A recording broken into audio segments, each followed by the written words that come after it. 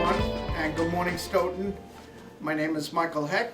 I'm an employee at the Skaalen Nursing Home, and I work on Magnolia Gardens, our memory care facility. And today is a special program. This is taking place in our common living room. And over the years, we've had library programs, and it's been conducted by Mrs. Cynthia Schlegel. And today's topic is Charles Dickens and A Christmas Carol, among other things. And I also want to thank WSDO for coming and recording this. And I want to thank the Stoughton community overall for a really great 2023. And we look forward to more programs in 2024. Thank you. Well, good morning, everyone. Hello, and thanks for having me today. I am Cynthia, and I'm from the Stoughton Public Library. I've worked at the library, going on about 15 or 16 years now, so I'm just an old hat over there. I've met many of you before. I've come over and talked about a variety of different authors. We've done poetry, so thanks for having me. I actually think I'm gonna get comfortable and sit today, if that's okay with everyone. Great. So, like Michael said, I'm gonna be talking about Charles Dickens and A Christmas Carol. So, to start with, Marley was dead, which is actually the opening of the book Christmas Carol. Marley was dead to begin with. It's a pretty well-known line in literature, and it refers to Marley and Scrooge. I believe we all know who Scrooge is, and Scrooge and Marley were business partners, and they were very well-to-do. And Marley died several years before this story opens. So Scrooge was well aware that Marley was dead. He goes home from a busy day, and he approaches his door. And in the door handle, he sees the image of Marley's face. And he's obviously startled and concerned because, as we know, Marley was dead. Scrooge goes into his home, he goes upstairs to his bed, and he sees an image, and it is an image of Marley again. This time, Marley is in chains, and he has boxes locked all around him. And this is Marley's ghost. So Marley tells Scrooge that he has forged his chains in life, and he is attached to these chains in death as well. And Marley is forced to come back and observe humanity, but he cannot intervene. So Marley sees the suffering of the people. He sees children suffering, women alone on the streets. We are talking of Victorian England now. So at this time in England, there is a lot of poverty. There's a lot of homelessness. There are a lot of children who are working, who are sleeping on the streets, who are in their bare feet. Victorian England, for the majority of the population, was not a pleasant place to be. We were just beginning to see a lot of factories being built. England is starting to become industrialized. So you're seeing people who may have lived out in the country, on the farms, moving into the cities. They're overcrowded, they're dirty, there is not sanitation. The primary form of transportation is horses. So there are horses and carriages all throughout the streets. And obviously, it is not clean. The horses are not cleaned up after. So you have a very dirty, crowded city. There's not indoor plumbing. The sewage goes right into the Thames River. And a lot of people, that is their only source of water, is also that river. Oh. Exactly. So there's a lot of disease that is happening in London at this time. Dickens, who lived in London, he also did not grow up wealthy at all. Dickens' family was a lower middle class family. When he was a child, there were 8 children in the family. Because his father did not do well with money, he way overspent, they moved from the seaside where they lived into London. It was cheaper to actually live in London, but they lived in a very poor area. And Dickens had some education as a young man, but at about the age of between 10 and 12, his father was arrested and sent to prison. He went to debtor's prison. And interestingly, unlike maybe our ideas of prison, the whole entire family went with him into the debtor's prison, except Charles. Charles went to a factory and began working in a factory. And the conditions were horrible. Again, we have like the disease, the poverty, a lot of images that you might think of Victorian England. You know, it's crowded, rundown housing. And this was very typical, and it is what Dickens was familiar with. It's what he grew up with. So yes, by the age of 12, Charles Dickens was working in a factory, and he was eventually able to go to school. His father was able to pay off his debts, move back into the city, and Charles went to school for just a couple years when again he was pulled out to help pay the family debts. Now this time, instead of going into a factory, Charles went and became a clerk. And this is going to be reflected in a lot of his characters and in a lot of his work in his literature. As a clerk, let's go back to Charles, not Bob Cratchit yet. Charles had a lot of menial tasks, just copying things, but he was able to start writing a lot. And he went from being a clerk to becoming a newspaper reporter. And he was able to start publishing some of the works that he was writing in the newspapers he was working for. And he actually was fairly successful. A lot of people liked what he was writing. He began publishing very short stories, which eventually would get collected together and become his first book.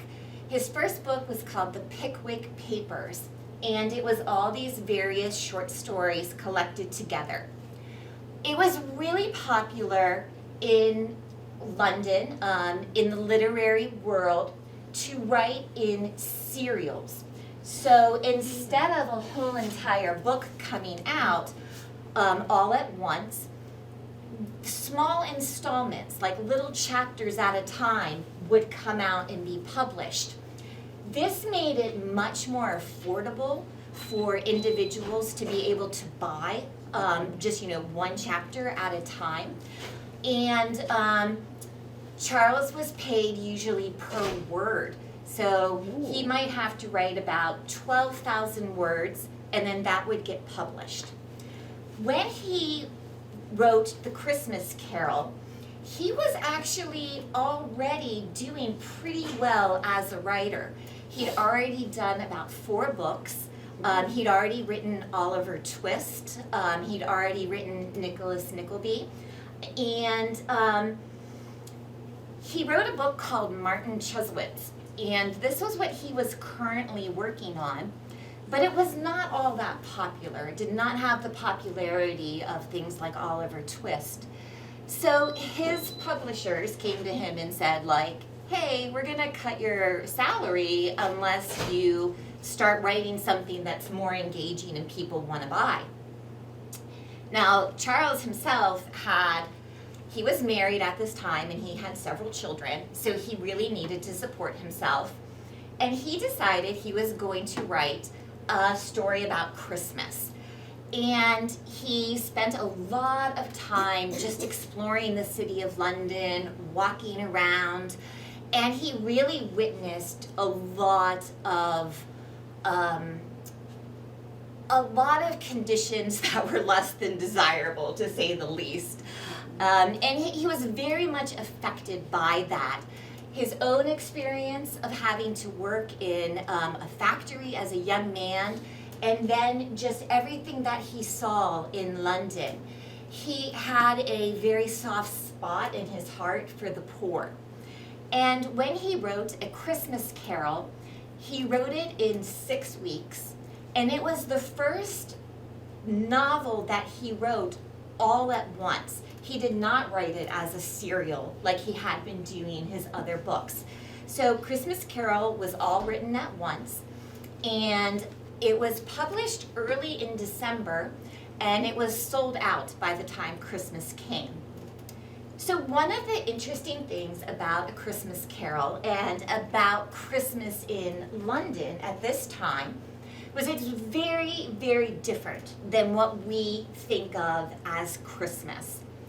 So Christmas had a lot of roots in pagan traditions, and Christmas or Yuletide would have been celebrated for 12 nights in a row.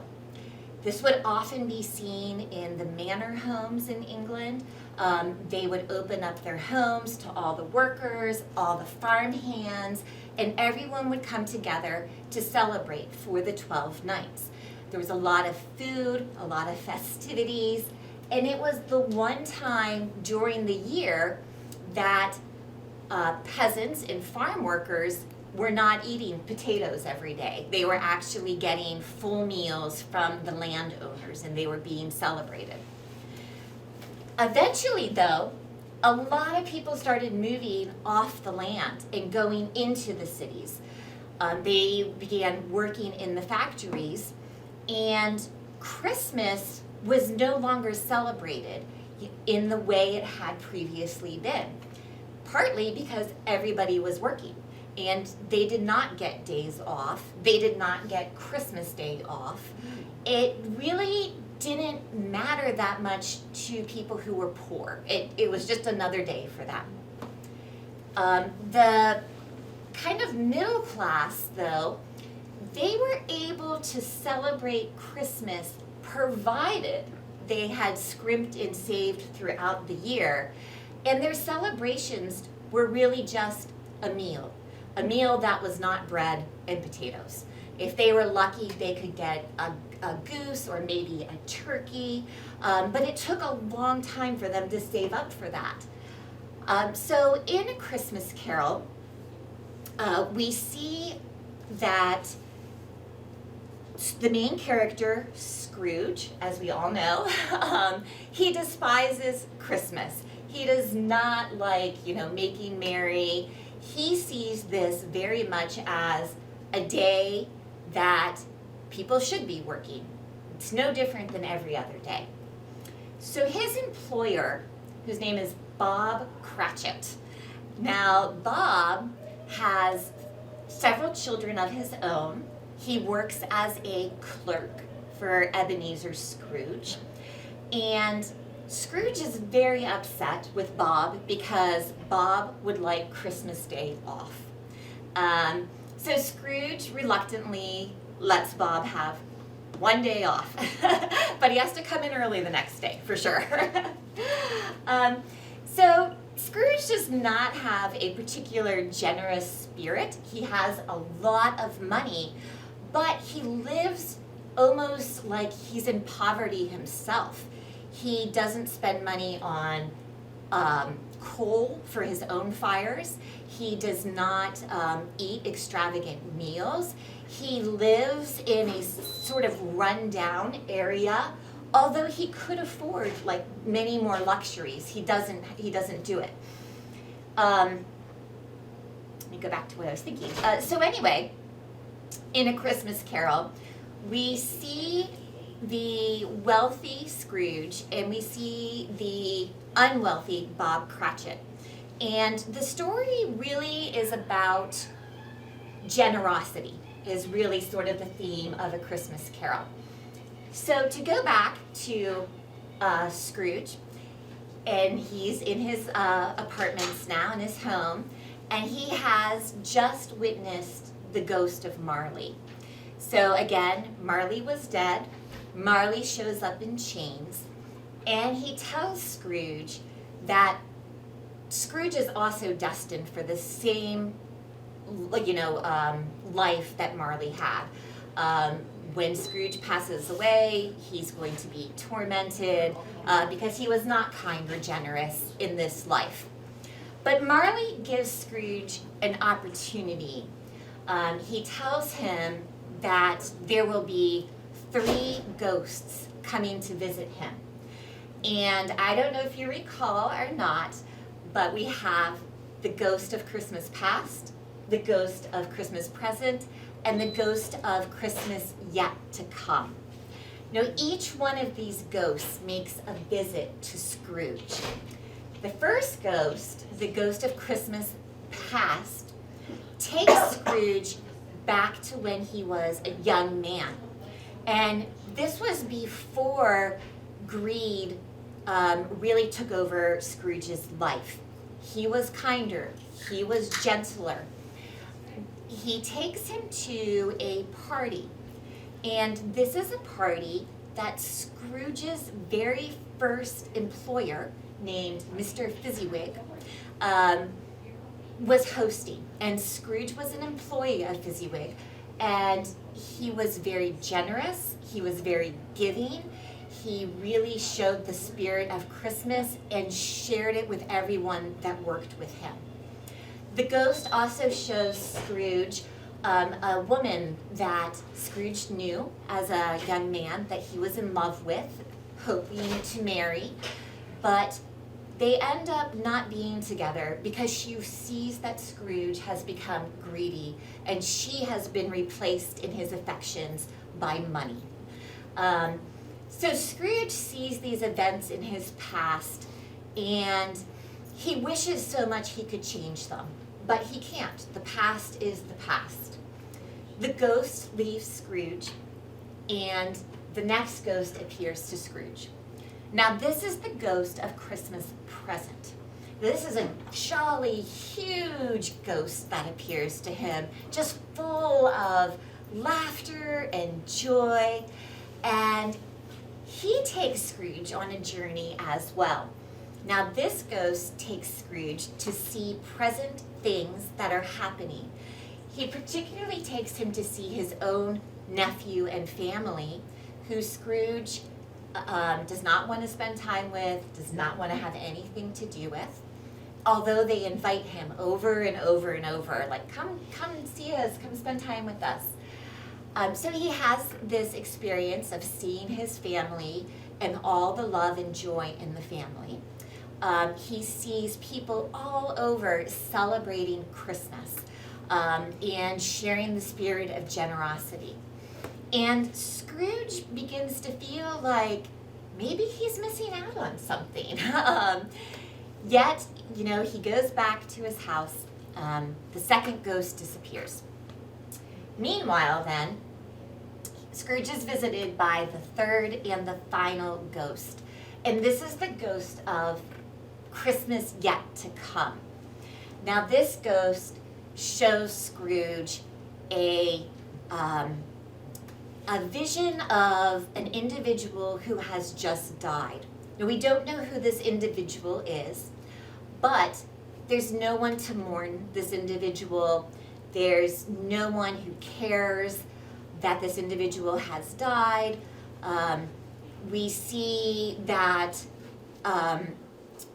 the individual has actually, their possessions have been stolen and sold.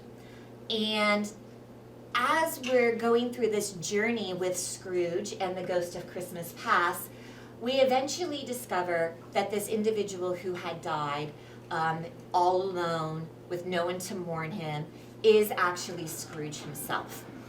So Scrooge, through these three experiences of Christmas past, Christmas present, and future, and Christmas yet to come, Scrooge experiences who he was, who he could be, and who he will be if he does not change.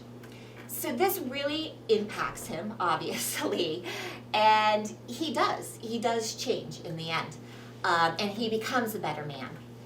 One of the things that does happen with Scrooge that makes a huge impression on him is his employee, Bob Cratchit. So the Ghost of Christmas Present takes Bob to the Cratchit family's house.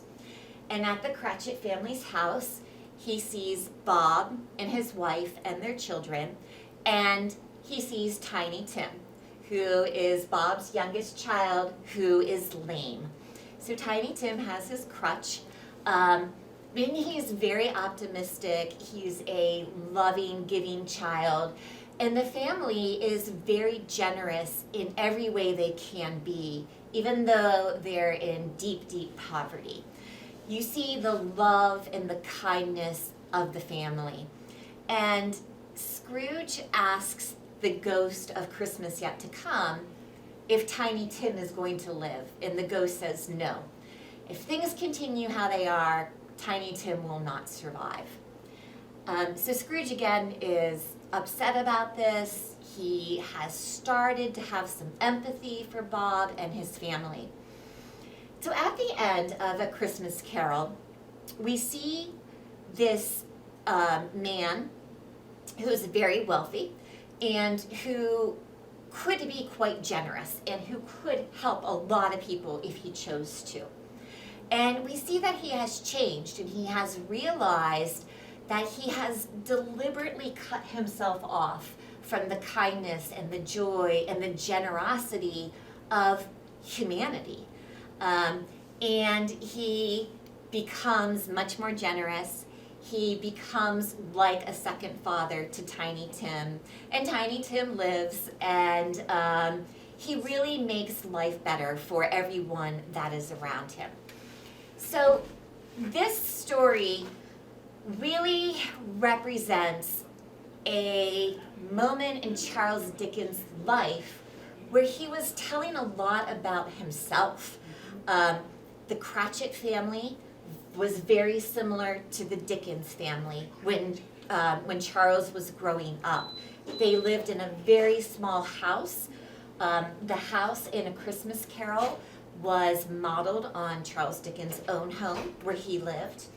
And again, because his father and all of his siblings were in debtor's prison, Charles really had to make his own way as a child. It was a very hard life for him. Now, as he grew and he became a writer, he became quite a wealthy man himself, Charles did. Charles Dickens had 10 of his own children, and he supported his whole entire family by writing. So writing was obviously very important to him, and one of the things that he did was he was very interested in copyright law. Now, this was something that wasn't, let's try to think, it wasn't really,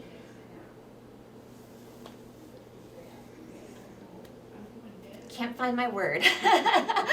Anyway, copyright law was not very much in existence during Charles Dickens' time, okay? So a lot of his writing was getting republished, and he wasn't making anything off of this, right? So now, you know, copyright law does exist, so authors do get paid for their work. But Charles was not getting paid for a lot of his work, and he really fought to get copyright laws intact, especially in England. And he sued several different people and several different publishers to try to get his work copyrighted, but it ended up costing him so much in the lawsuits that he eventually just dropped all of his lawsuits. It cost him more than he was ever getting back.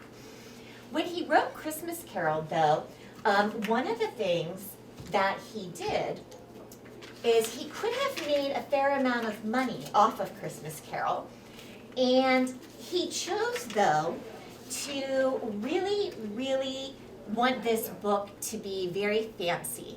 So he had several engravings done in the book, and the engravings were fairly expensive at this time.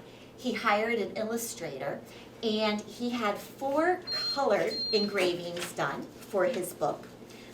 He had the Ghost of Christmas Present done. He had, this is Marley, and Marley is in his chains. He had, let me see if I can find what else. He had the Ghost of Christmas Past. And these are all done by an illustrator named John Leash. And Marley then, he also had some black and white ones done. So you see, here's Scrooge, and this is the Fezziwig Party. So because of the illustrations and the paper that Charles Dickens wanted for the small little book, it really drove the cost of the book up a lot. So he was hoping to make about £1,000 from this book, which is a lot of money at the time, but he only ended up making about £200 because it just became so expensive for him to publish. But one of the ways that he made a lot of money was by reading his works. So Mr. Dickens would travel around and he would perform his works. And Christmas Carol was his favorite one to do. And he went to the United States and he toured in the US for about 6 months reading A Christmas Carol. And at the time, Andrew Jackson was the president. And Andrew Jackson and his family attended every single performance that Dickens did. And it would just sell out. People would be lined up waiting to get tickets. He was very well loved in America. And he really was one of the most influential writers in England during the Victorian time period. He was really trying to point out some social issues, not just in Christmas Carol, but in a lot of his works. He really wanted to point out the poverty, how people could be helping. There were a lot of children who lived in workhouses. There were people like Charles Fathers who went to debtor's prison. Now, if you went in debtor's prison, not only did you have to stay there until you paid off your debt, you had to pay for your food and your lodging in the prison itself. So when people got into debtor's prison, it was extremely hard for them to get out. And many people died in the debtor's prison. And in the Victorian times, there were more people in prison for debt than anything else. And there were a lot of children in the prisons as well. So the Christmas Carol has been adapted so many times. There are so many movies and there's plays. There have been Broadway shows of the Christmas Carol. And it's probably Dickens' most well-known work, for sure. I think that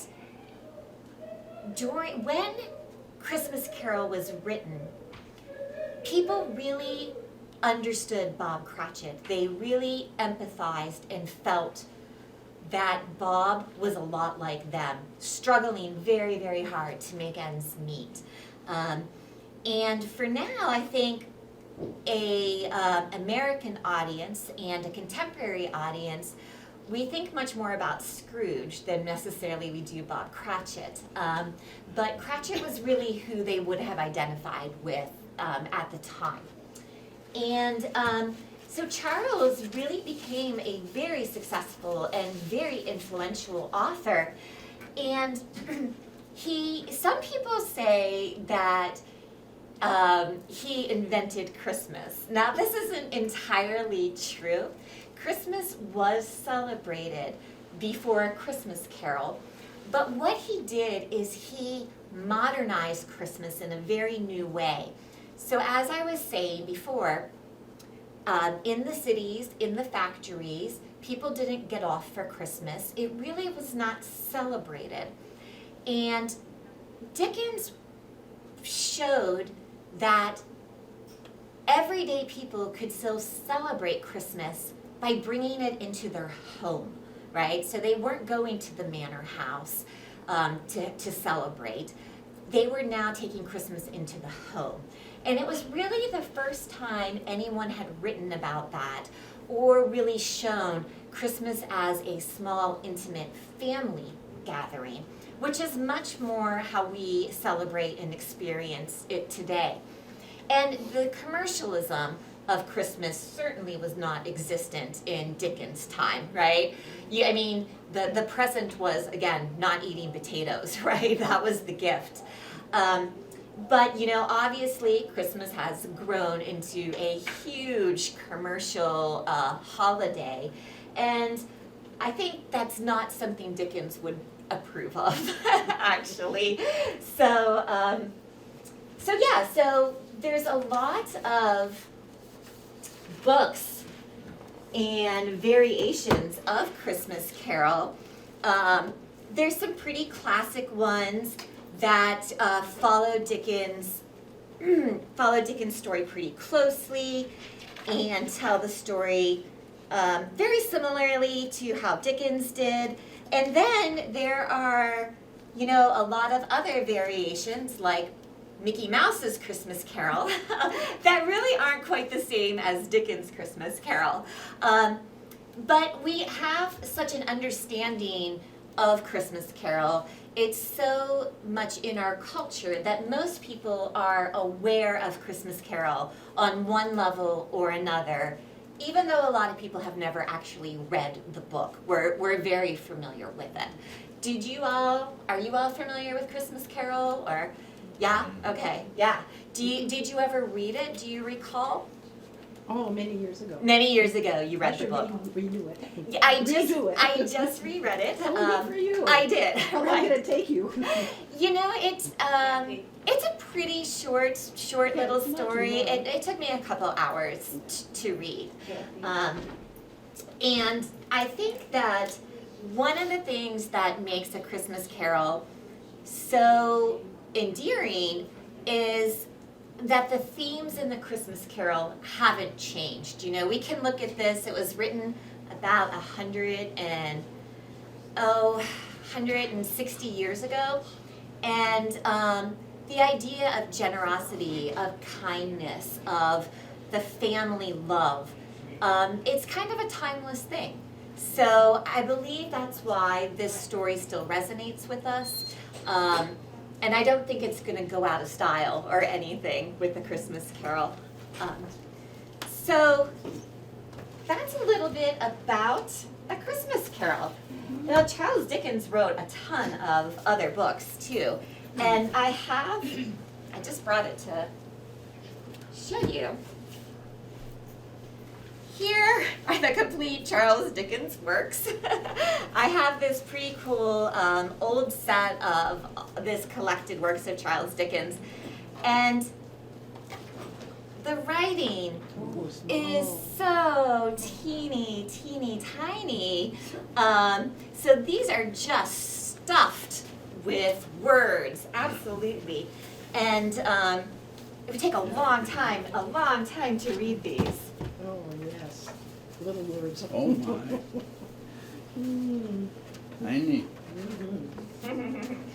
So this is kind of a picture that I found of a typical kind of illustration of Scrooge and what Scrooge might have looked like. The picture fits his name. Yes, it absolutely does, doesn't it? Yeah, so oops, we got Ebenezer there. And let me show you a few other pictures here. Ah.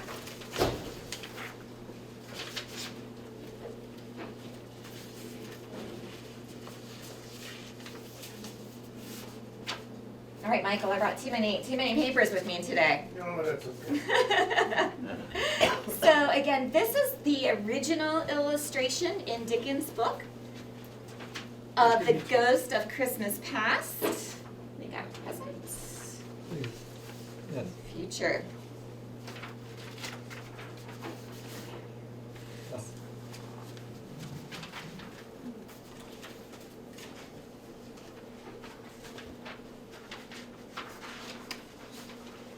I really like this picture. It's not original from the book, but it kind of shows Marley all in his chains there and being weighed down by his greed. Yeah, right. Yeah, I thought that was a good one. Yes.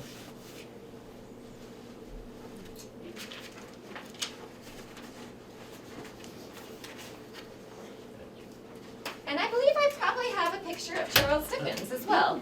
I'm sure I do.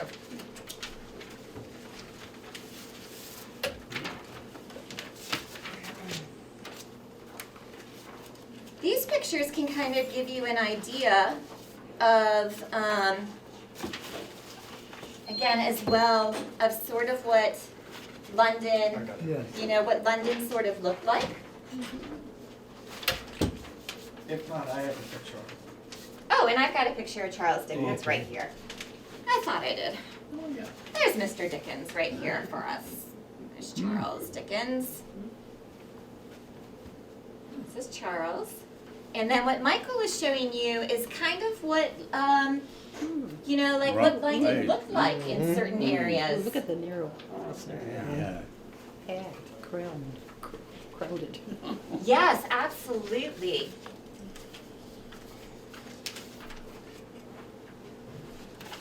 Looks like New York. Yeah, right, right. Don't let me know. But this is it's a lot of this picture's a bit hard to see, but I like this because this shows a typical job for people in London, especially children, would have been making matchboxes. And they just made hundreds and hundreds and hundreds of matchboxes. And they would do these at home. So work and home life weren't separate. The women were able to, they would try to take things into their home that they could do to earn a little bit of a living. And making matchboxes was certainly one of these things.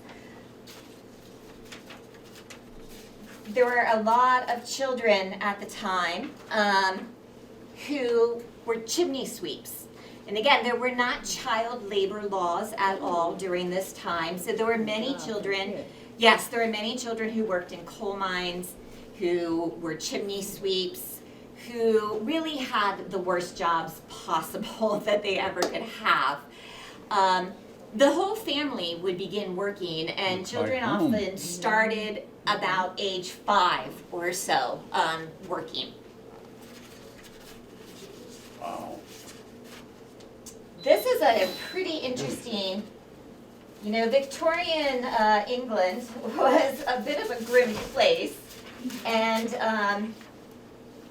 this is a kind of interesting picture. A lot of people just slept on the streets. They didn't have anywhere to go.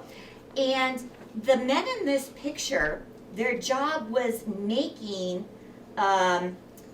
like wooden boxes, wooden pine boxes for people to be buried in. And one of the benefits of this job is you could sleep in them. As a place to, you know, instead of sleeping on the street, you slept in one of the pine boxes that you had just made for someone else. Yes. Top 5, huh? Yeah, absolutely, absolutely. So as Charles Dickens saw and experienced this London, he really felt by his writing he could improve the situation, or he hoped They to weren't improve done the on situation. people or kids. He really saw his mission is to make aware of the poverty, of the homelessness, of the desperation that so many of these people had. And his influence was actually really pretty incredible. After Christmas Carol came out and it became popular, more and more people were reading it, actually things began to take a social change. So people began getting the Christmas Day off. They began to get a paid holiday. There were factories that would feed people on Christmas. So you begin to see a direct effect from his writing. And Christmas Carol is not the only book that he wrote that dealt with the inequities and the poverty. Probably one of his other really known works is Oliver Twist, which was made into the movie Oliver. And again, there you see orphans in the workhouse. You see the poverty and the despair, and there was a lot of corruption, of course, there too. But anyway, Charles went on to just really become one of the most beloved writers and so influential. And his work has been redone and made into movies and films, and even today in modern day we're still seeing Dickens, and we're still seeing new adaptations from his works. So I think that's what I got on Dickens today, right? A lot. Right? Yes, I spent yesterday looking at pictures of orphans. It was kind of bleak. But there's a picture right here. I'll show you one more thing. When Charles was working in the factory, he worked in a blacking factory. And I don't 100% know what this was. I think what it was is it was for shoe shine, for blacking for shoes. And it came in these little containers, and his job in the factory was just to put labels on these containers all day long. That's all he did. And again, in terrible working conditions. Look So. at the working area. Goodness. Michael, which Dickens do you like? I Do you love have- Christmas Carol. Christmas Carol. Yeah. So, if you don't mind, I'll throw in something that, when you They're valid. come to great works at different stages of your life, sometimes you get a revelation and say, oh, you know what? This is also this. And what I thought, and I'm not any type of English literature scholar or anything, but I think it's England. Charles Dickens wrote Dante's Inferno and called it A Christmas Carol. Because in Dante's Inferno, the fellow gets a tour of what it's like in purgatory and hell. And you could say the same for Scrooge. So it's interesting to see it that way. So we're gonna go from, like Cynthia said, she had a bleak day looking at orphans. Father Randy is here from St. Anne's, and he wants to do Christmas carols with you guys. So let's have another hand, and let me get in front of the camera. And once again, we want to thank the Stoughton Library, especially Mrs. Schlegel, for coming. We look forward to more lectures in 2024. And anything else anybody wants to add? Did you enjoy it? Yes, very much. Good. And Cynthia knows me by now, it's been years, is, you know what's the most remarkable thing you could do as a speaker? and know that you did a good job? Anybody guess? Okay, I'll tell you, you're all awake. Oh, yes. All right. I just want one Yeah, remark. Gordon. You know, some of the stuff you were talking about, Yeah. how bad it was there. Yeah. And it's happening now, right? It now. is. It is. Same thing. Yeah. And again, I think Never that's goes away. that's why Christmas Carol has really stood the test of time, because it's like history that's just repeated over and over again, right? Yeah.